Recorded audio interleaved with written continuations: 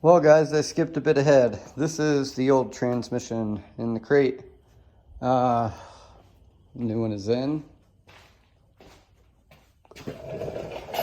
So the K-frame is back there, subframe, whatever you want to call it. We have one of those engine braces up top.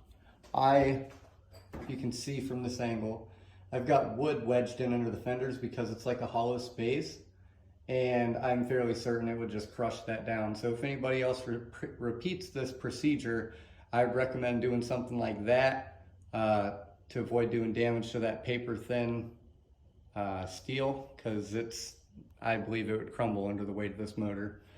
And then same on that side.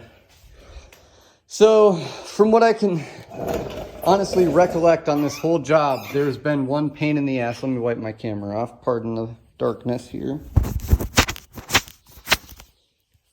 There was a bolt right there, right under the starter, and I did not know it's the transmission to the engine block bolt. And I had them all out except that one, and it fought me for about 15-20 minutes, and I'm just like, this is aluminum.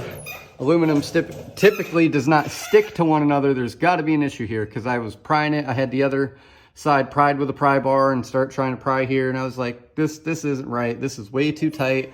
I know for a fact I had all the torque converter bolts out, spun it around several times, and that's what it ended up being. So if you end up doing the same procedure, make sure you check that bolt. It would have been bad if I'd really been prying on it and something would have happened.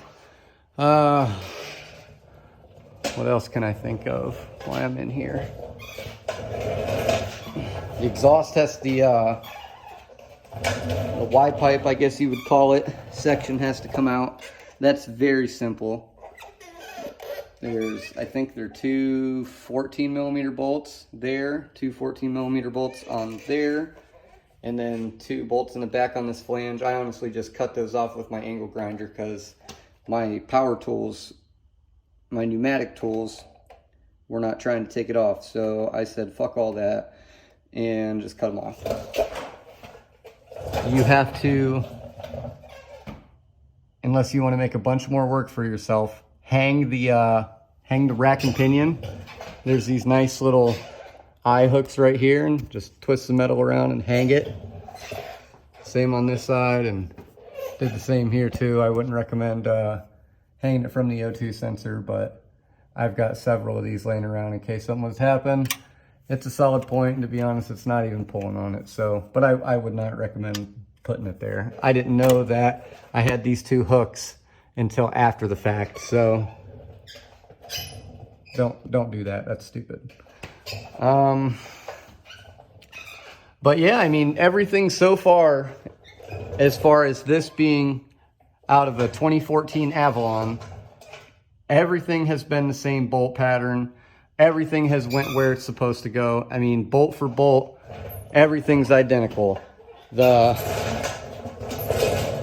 main pin for where the TCM goes into, everything slid into place there. Same amount of pins. This looks like it's going to work. Knock on wood. Oh, perfect. This looks like it's going to work. So I'll keep you posted. I'll probably have it done sometime tomorrow. And yeah, just go from there. Later.